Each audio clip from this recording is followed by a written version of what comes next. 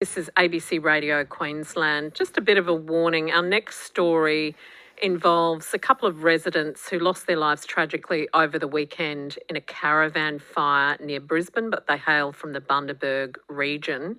And it's prompted calls to change fire alarm regulations in Queensland. Jane Strong from Rosedale and Eli Johnson from Lowmead were killed in the blaze west of Brisbane.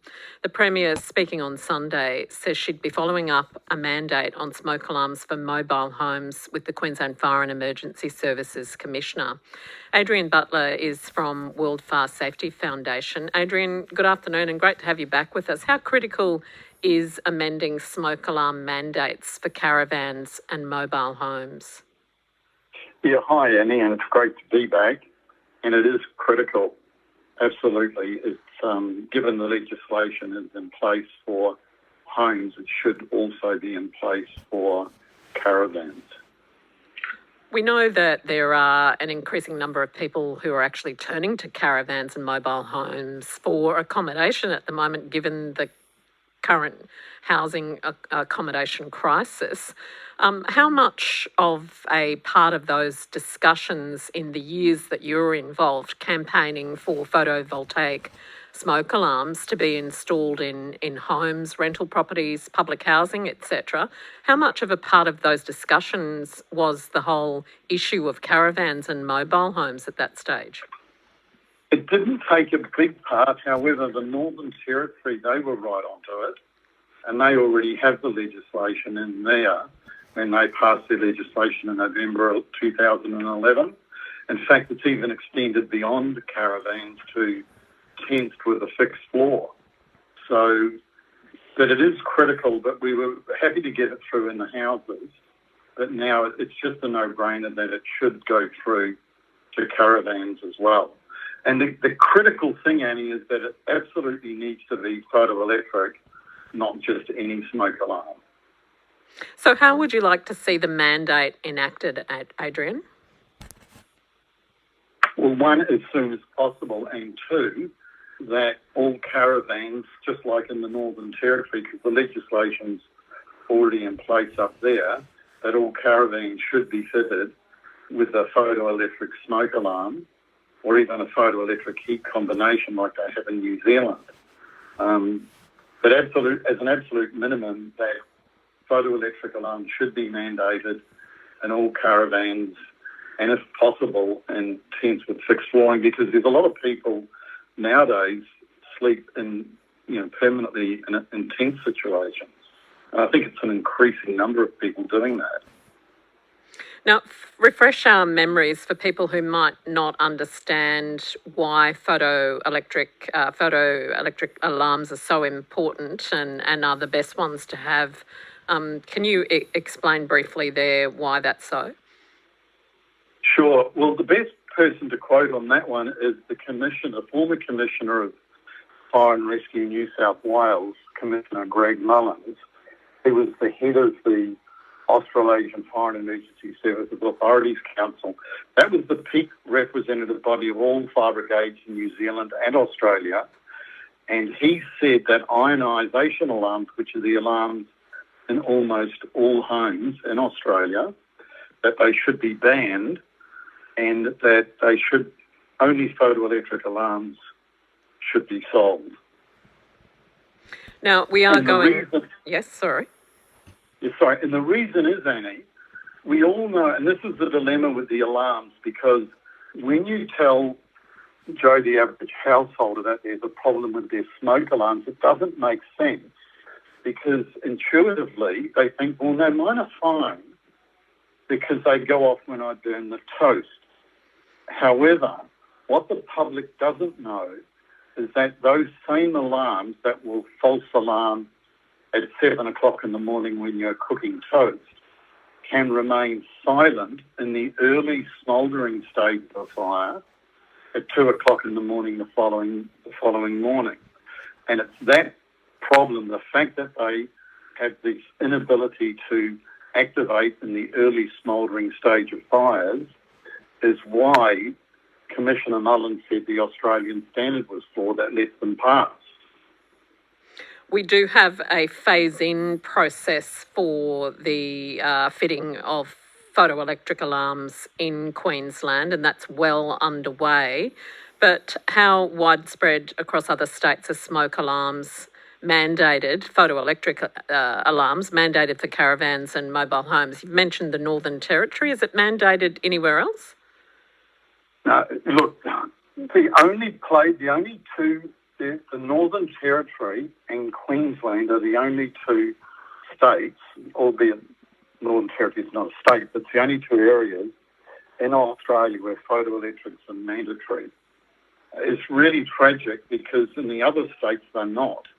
And the issue is pretty much, it's really clear, Annie, because the Fire Emergency Services Authorities Council, but their official position is that everyone should have photoelectrics. They should be installed in all residential applications. However, the message doesn't get out in most cases because the average person, even here in Queensland, when I speak to them, they say, oh yes, we know all about the new legislation. You have to have hardwired alarms and they have to be interconnected. They completely miss out on the real message and the real issue, which is that they must be photoelectric by law in Queensland. How quickly do you expect the government to move on this aspect of photoelectric smoke alarms for caravans and mobile homes, Adrian? How quickly? Oh, crikey. How much I'd like them to do it would be to do it within 6 months. But could they do it? Well, they could do it in 6 months. Absolutely they could. I mean, we got legislation through in California in 2 months, 3 months. They can do it, but whether they will is another issue.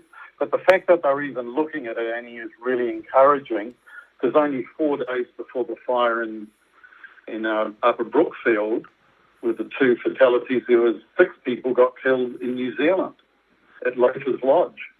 So, it's right on the top. It's a big topic of talk. And even in New Zealand, photoelectrics are mandatory nationwide in all rentals.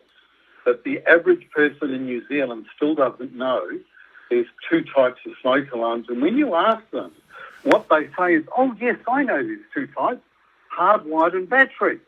Well, no, there's ionisation and photoelectric, and the ionisation type, which can be battery or hardwired, have been proven by CSIRO scientific test data to be unable to detect the early smouldering stage of the fire. Adrian, I'd love to let you listen to John, who's given us a call. He's on the road in Bundaberg about smoke alarms in caravans. He's got a point to raise there, and I'd love your thoughts on this.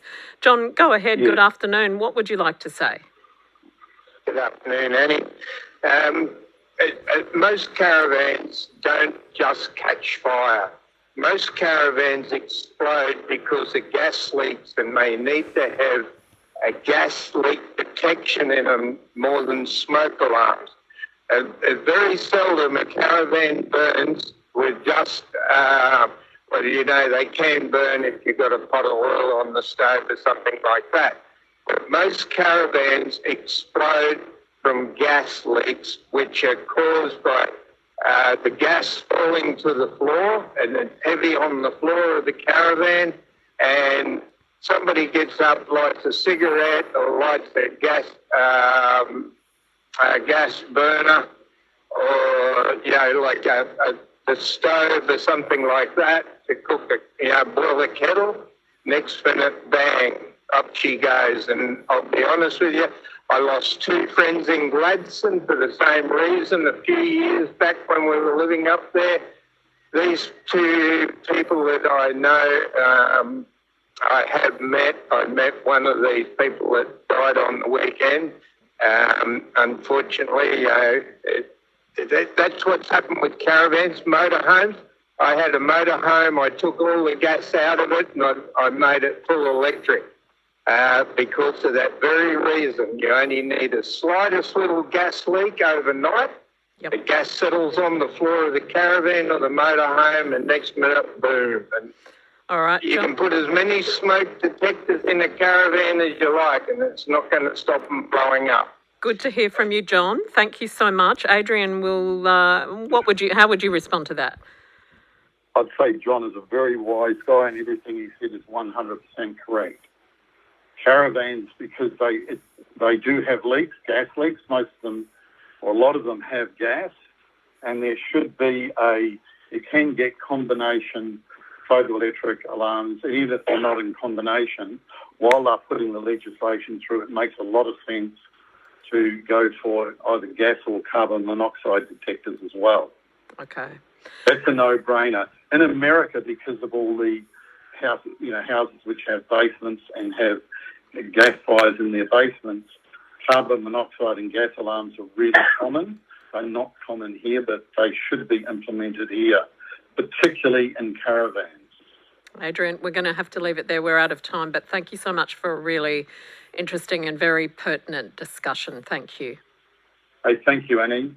Adrian Butler on ABC Radio Queensland. He comes from the World Fire Safety Foundation. He's campaigned tirelessly over the years that I've known him to get the Queensland government to change its legislation so that we have photoelectric alarms installed in our homes and properties here in Queensland. That's happened, but not for caravans and mobile homes.